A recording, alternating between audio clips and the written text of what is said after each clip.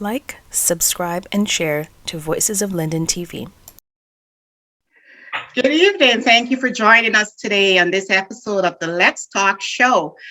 Tonight, I'm filling in for Andrew James, who could not be here, but I'm very happy and I'm honored to do this as well.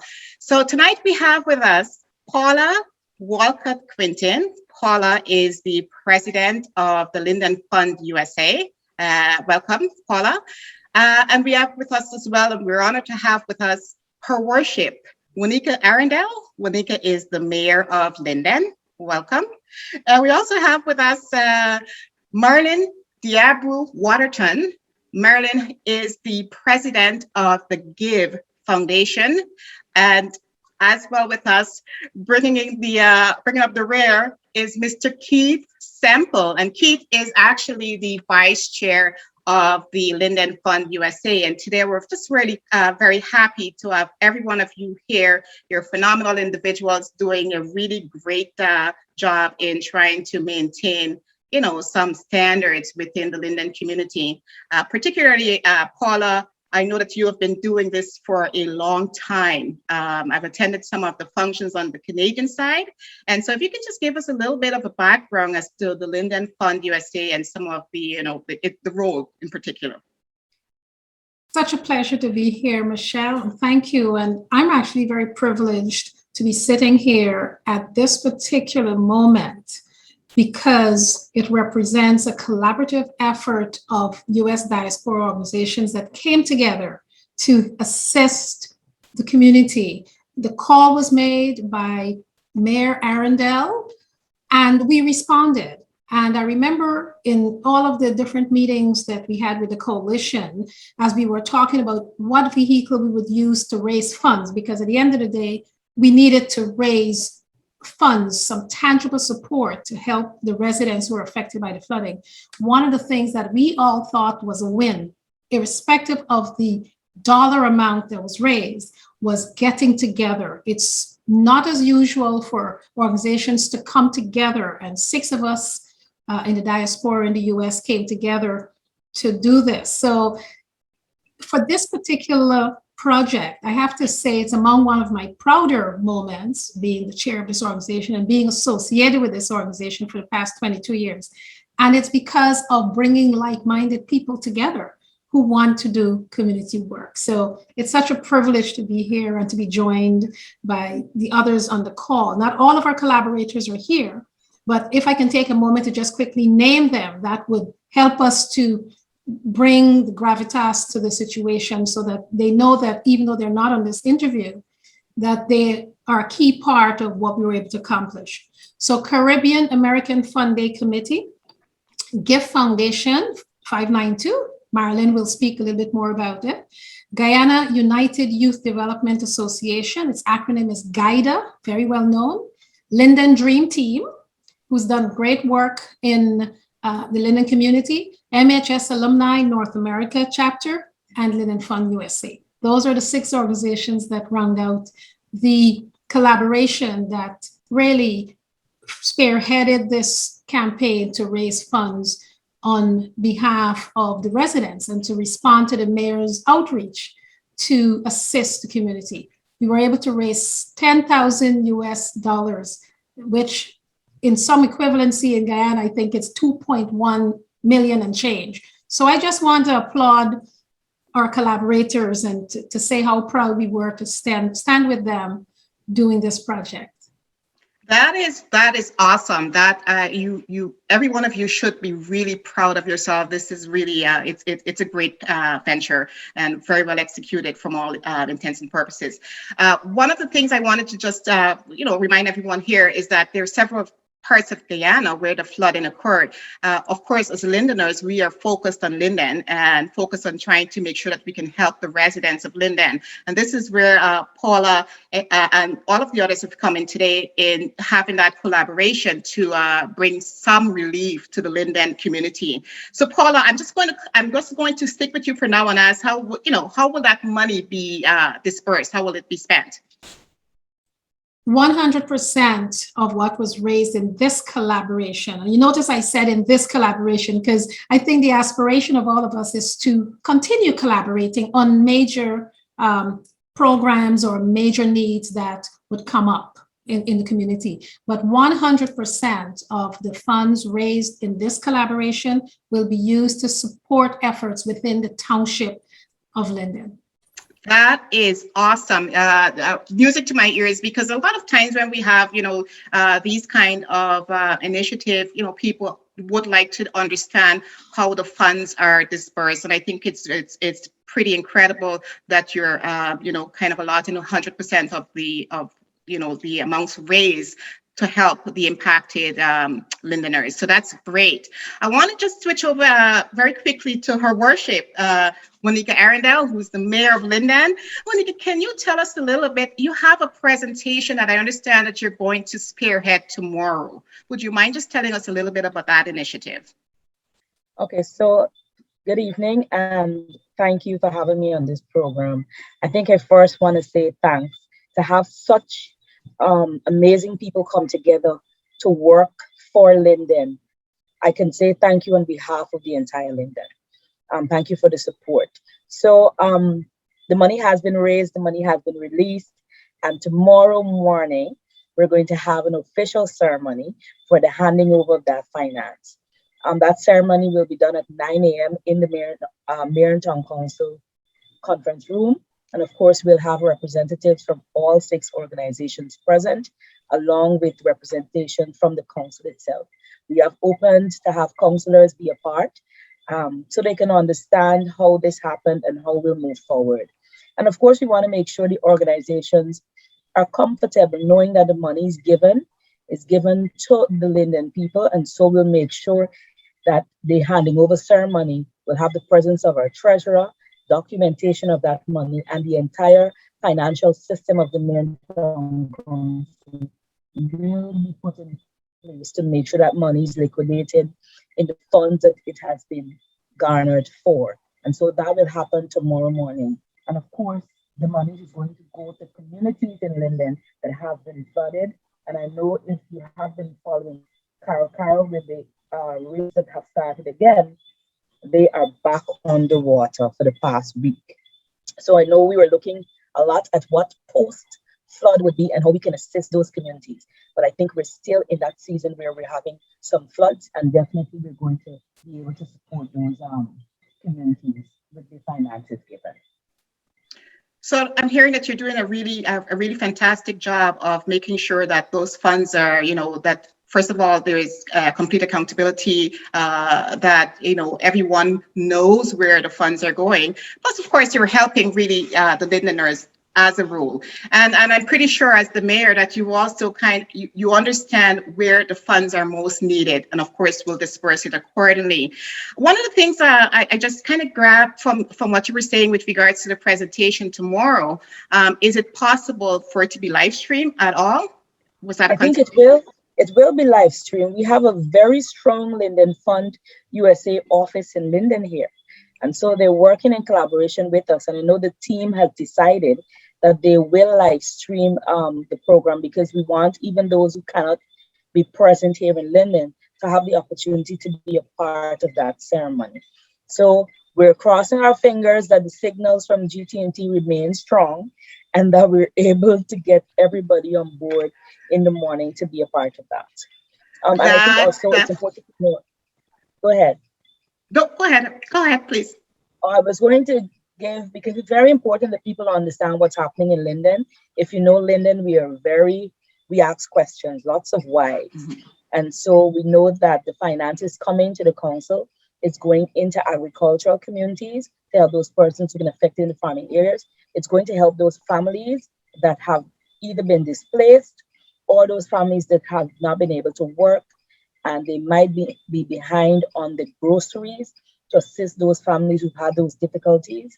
And we know that Silvertongue and Caracara have been the hardest hit so far. And I know that we're looking to see what other contributions we can give to those communities, and whether it's in the assistance of seeing what those buildings are. And we're grateful. I'm happy to say tonight to Paul and the team that we were able to meet a contractor who's working in Linden. And when I told him about the project, he's going to contribute to help us to retrofit a home for a woman in that community, to raise her off of the ground and have her house a little higher. So the project, while it starts just at this point, it's really expanding. And it only comes when we reach out to persons and persons understand what we want to do. So that's part of how the program has gone a little further than what we anticipated. And we are truly, truly grateful for this collaboration.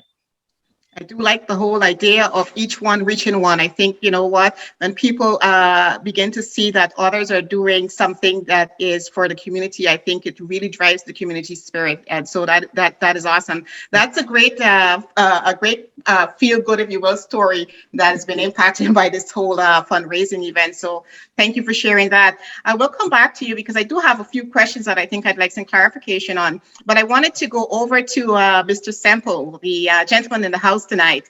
I just wanted to ask you, because I know you're part of the Linden Fund USA. So I thought I will just, ask you a bit about your role within, the Linden Fund, and just to get a kind of an understanding as to how you see, Linden Fund USA and its impact on the Linden community. Oh, thanks for having me here. And I like to think of the Linden Fund like my baby. Something that you have to cradle and then grow with. Paula made me join the Linden Fund over 20 years ago, and I have not regretted it. We have done a lot for the community, and we continue to do a lot for the community. There are some projects that we started that are staple in the community, especially during the time when we used to have festivities like Tongue Week. You have the teachers' workshop that everyone looks forward to. In fact, the teachers' workshop used to be strictly for teachers in Linden, but we have expanded, and now we have teachers coming from as far as Pokwani. We take care of everything. They're boarding, they're lodging. So Linden Fund is about Linden and Region 10. We try to do everything. But I think my greatest pride is the building that we have. That building now serves the community in several different areas. But most recently, we were helping in providing a location that children from the Mackenzie High School could have some place to be taught, to be tutored when other places, venues weren't available. And I'm so proud of that. And we are well equipped to do anything you can think about. It's like if Linden Fund office is in the United States of America. We have smart boards, we have computers, we have printers, anything you can think about. So I am so glad that we were able to be part of this project, and we would continue to assist Linden in any way that we can. Thank you. That is awesome. What an inspiration, and knowing that you you have a facility, in particular being a former teacher at Mackenzie High School and having to teach at give my lessons at the bottom of someone's house. It is good to know that there's an actual dedicated building that they can that you've allowed them to utilize for this purpose. I think that's just fantastic. And you know what, I think the Linden community is very, very fortunate to have this bunch of people that are behind the community and 100% thinking about the community, because you have to take of your own time to have your meetings, to do the fundraiser and all of those things. You do have to take up your own time. And so I think that you need to be congratulated on that. I think it's very awesome. I'm just going to go over to Marlyn De Abreu-Waterton. I hope I said that correctly, Marlyn. Marlyn is the president of the GIVE Foundation. I like the name. It's the GIVE Foundation. You cannot second guess what that is about. Marlyn, tell us a little bit about the GIVE Foundation. Good evening, Michelle. My name is Marlyn Waterton. I'm happy to be here. Thanks for having me on the program. GIVE Foundation 592. And for the word give, it means generosity is valuable everywhere.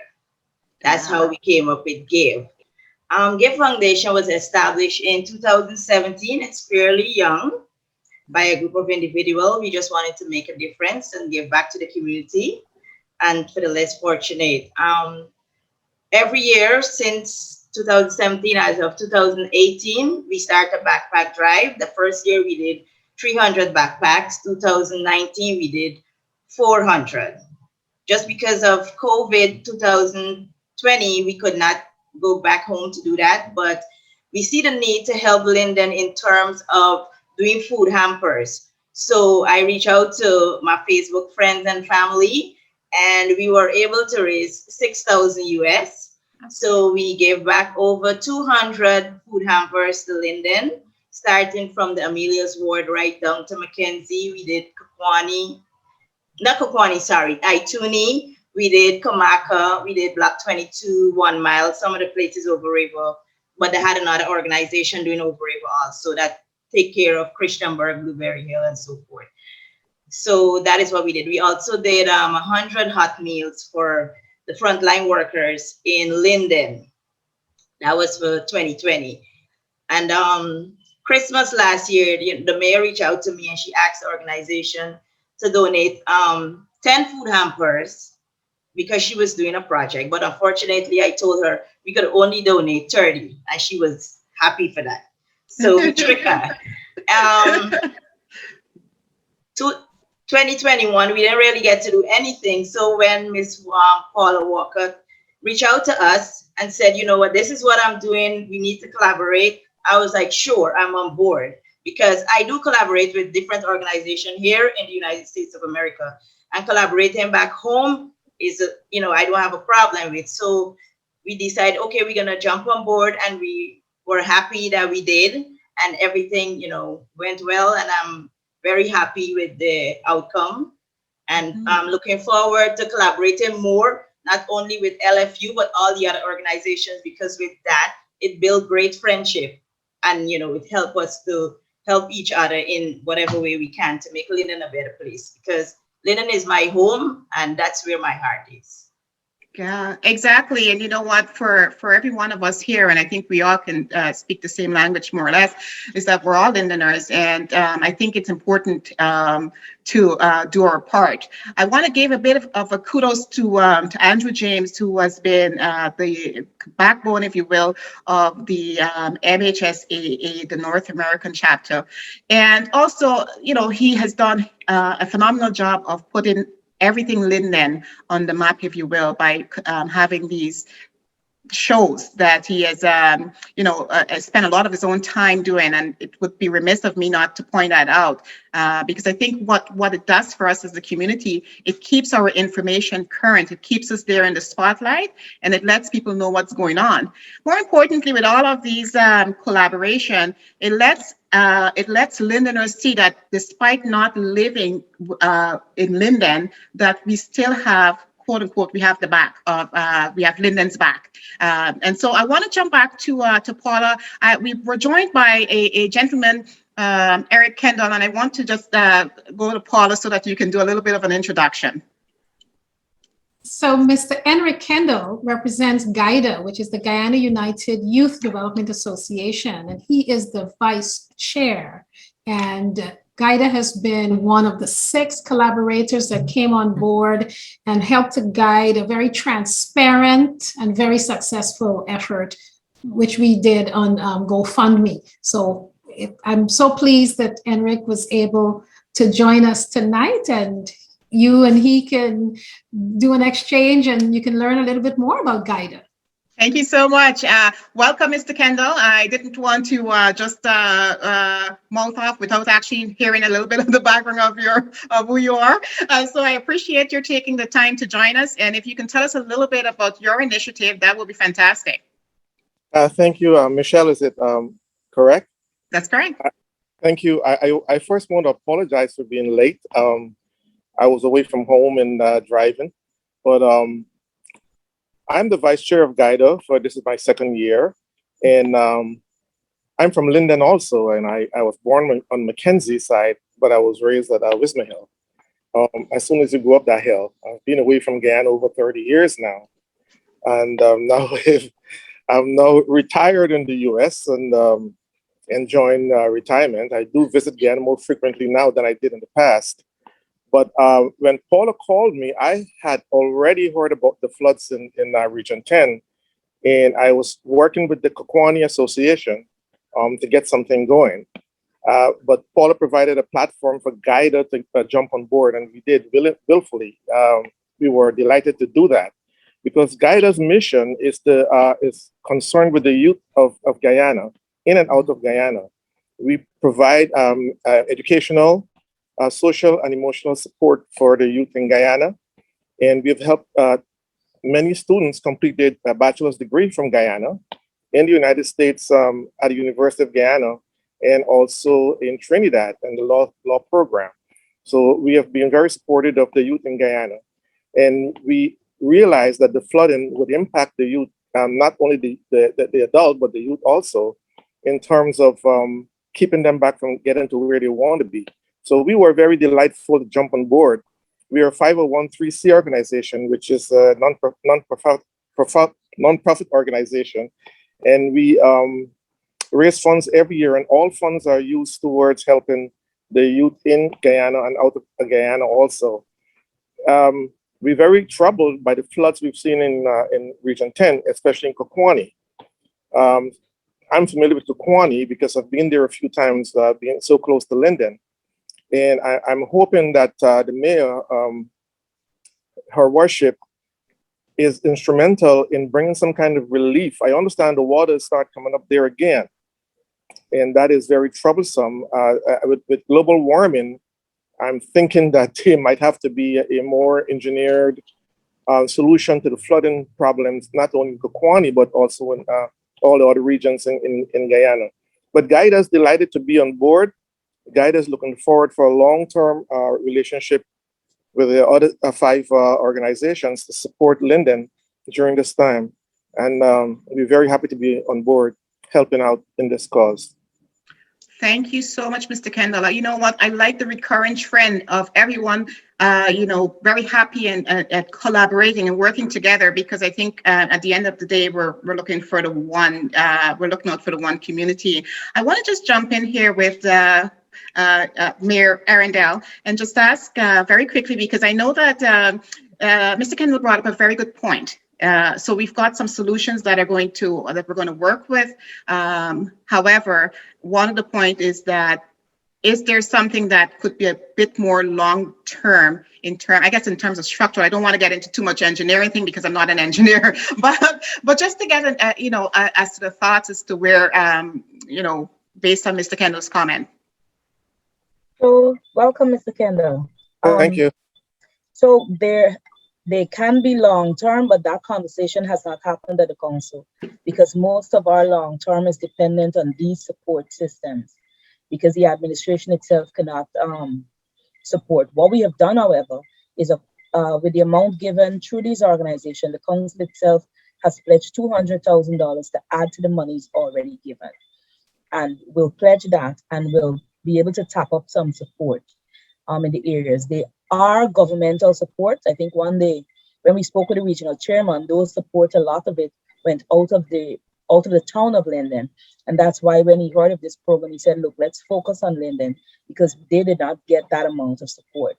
So the conversation about long-term will have to be the council sitting down and then again, reaching out to the organization. But more so, it should not be just what we give, but how do we train persons to rise out of where we are? And I know Linden Fund and Give Foundation, which I've been working with for a couple of years now, the others are new to me, are very instrumental in training.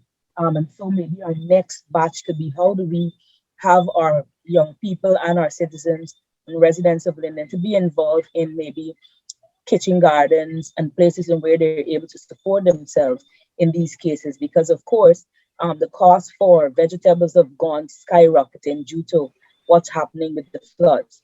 So those long-term support may not necessarily be finances, but it may be those training that the organizations can bring to us and that we'll be able to implement throughout the region. So a little bit of a lessons in self-sufficiency, I would imagine, that could go Definitely. a bit of a long way. Okay, so thank you very much for that. I want to, what I'm going to do at this point is to just ask for a little bit of a closing thought, if you will, as to the way forward, what you see. I know that we just chatted about, some of the long-term possibilities, etc. But I want to start from Mr. Semple, for example, just what do you see as the way forward? I know that we talked about collaboration, and I applaud that. I think it's phenomenal. Is there anything else that you'd like to add to that as your closing thought? First of all, I like to say that being united and working as a team can take us to places that we never thought we can be. Now, in terms of training, the Linden Fund has collaborated with For the Children's Sake Foundation, and we provide a lot of training for the youths in Linden. But it is important, yes, that everyone understands that if you are in a particular situation, we have to do something different to get out of it. So communication. I think we have to set up the means to communicate and get what we think over to the younger folks, not the older folks, the younger folks. A lot of times you would meet them and talk to them and they would say, oh, I don't know, I never heard about this. So I think we have to find a way in strengthening the communication that we have with the younger people. Okay, thank you very much for that.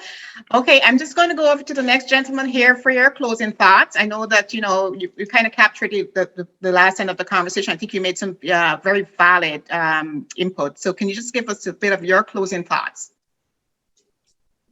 Would that be me? That would be you, Mr. Kendall.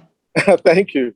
I support everything that Semple just said, and I would like to add community support, community-based organizations within the affected regions are most important. They should not be dependent on the mayor's office alone. There should be some kind of small communities, organizations that are trained on how to respond to these kind of crises. And that would alleviate the immediate response or the immediate need from the mayor's office when you can help yourself. And most people just seem to be laid back and is waiting to help, either from the government or local government. And I think that mentality has got to change. People need to form organizations and associations within the community and learn how to respond and help each other when they have crises such as these. I'm inclined to agree with you on that one. I wanted to go over to Marlyn De Abreu-Waterton, just to have a bit of your thoughts, your final thoughts with regards to your commitment to the community, etc. Well, thanks, Michelle. I must say I do agree with Mr. Semple and Mr. Kendall. And one thing I would like to see in Linden is more people volunteering, because if we have more young people on the ground, as Mr. Kendall said, that volunteering, because I remember I was a member of the Upper Demerara Leo Club. I started doing humanitarian service since I was 17. Don't count my age, but it's 31 years now since I'm doing this. So I'm surprised that, and we used to enjoy doing it. And I'm surprised, we don't have a lot more youth groups out there. Maybe they do, and I'm not seeing it, but I do hope they're out there. And when I go home, I would try to, meet with them and see how I could encourage them also and even collaborate with them, because the youths are the future. And, once we encourage them more to volunteer, especially in a time like this. A lot of seniors need help. Make sure they go over, help them with groceries, grocery shopping or anything like that. And that would even help a great deal and help the community to be better. So that's my thing, encouraging more people to volunteer. And I thank you for that. And I think that's a good point.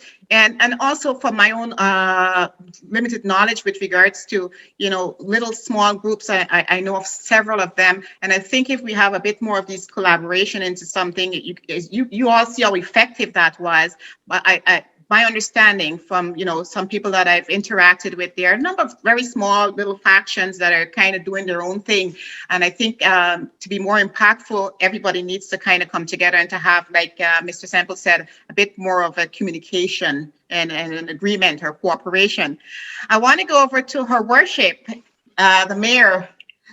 Mayor Arrindell, you are obviously the conduit to all of this, to what Marlyn just said. You're going to, as the mayor, be that person who could bridge the gap between what's happening in, among the community in Linden, whether or not people are actually volunteering, even referencing some of those smaller groups that are kind of working almost in silos. What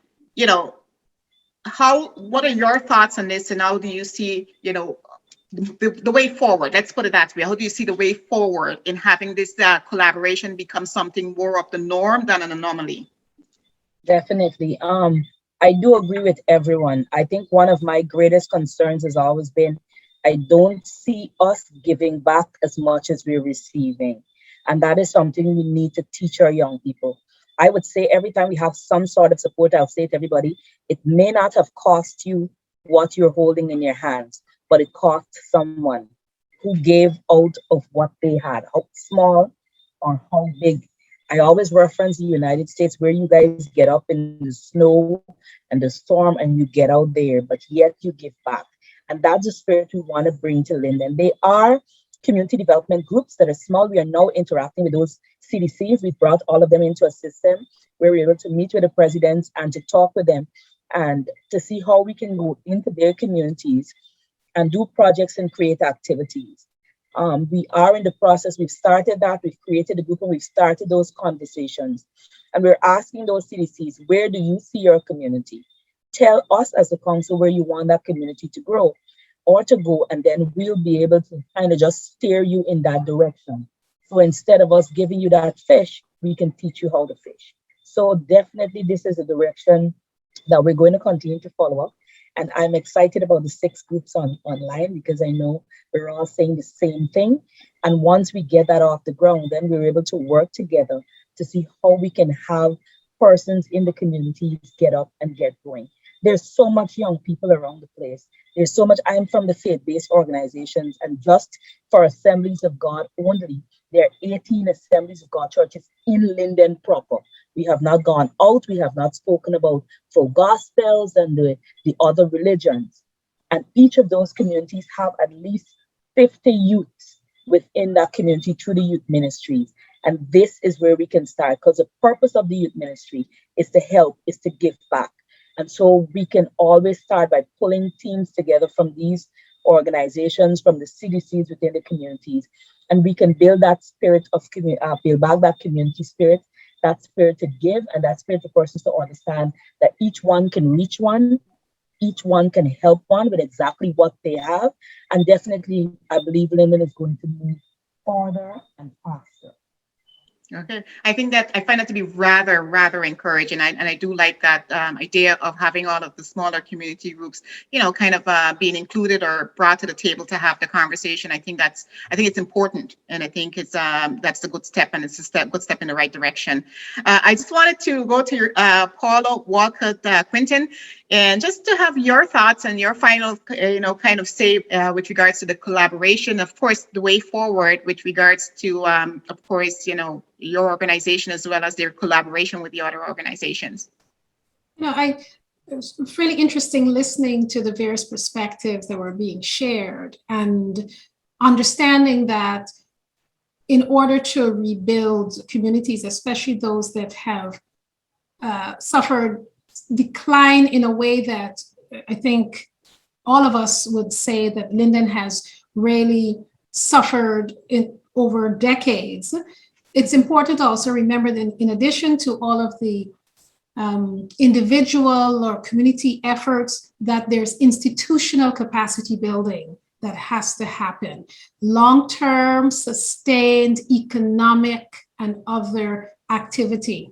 So it's sort of like a multi-pronged approach. And I think if we were to apply that metaphor to just life, we find that it's never one or two things. It's a multifaceted approach that could then reach into the community, but you also reach up into the agency levels, all of the organizational, governmental levels, and capacity building. Now, nobody has, I think, an answer or an easy answer to give, but I accept and agree that we all can play our parts. Those with the skills in the diaspora or on the ground can reach, we're talking about each one reach one. And while that's an individual effort, if we sort of put that onto the institutional level, and we also have to remember to cultivate an environment that encourages this, right? So it's a multifaceted one, and I always speak very carefully in terms of putting forward an easy solution in this. We all know that the problems of Linden and communities like these, whether here or in the diaspora, we've seen the decline of industry towns in America, the steel mills, et cetera, the steel towns. So institutional support has to also happen alongside the individual effort or the people effort, the people power, if you will. So it's going to be a long-term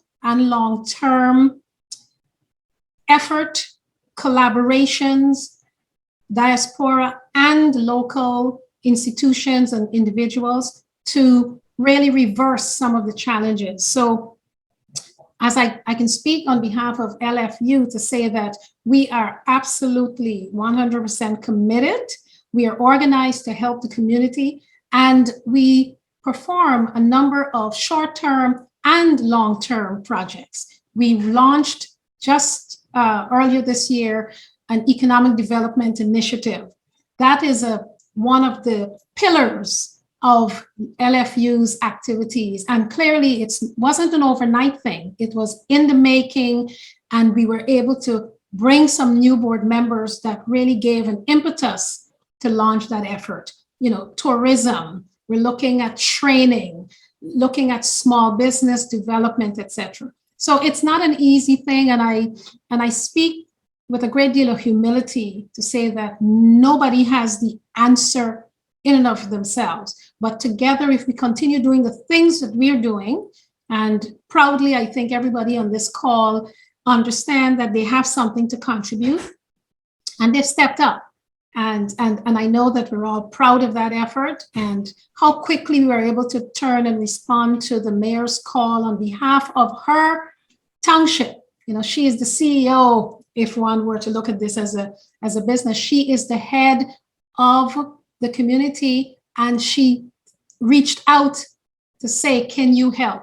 And we were just pleased to be able to respond. So I know everyone on this call and those whose members could not join us tonight in this interview want to leave everyone with that message, that we were really pleased and delighted to be able to do this. And we all pledge that we will continue to work in strategic ways to come up with some meaningful support. And I think that's a wrap in terms of what you said. I think you've highlighted exactly, what everyone here, I believe, and somewhere the others as kind of verbalized. I think one of the things that you mentioned, you talked about it being a multifaceted approach, and I agree with that 100%. It has to be kind of like all hands on deck from an institutional level as well as the individual as well.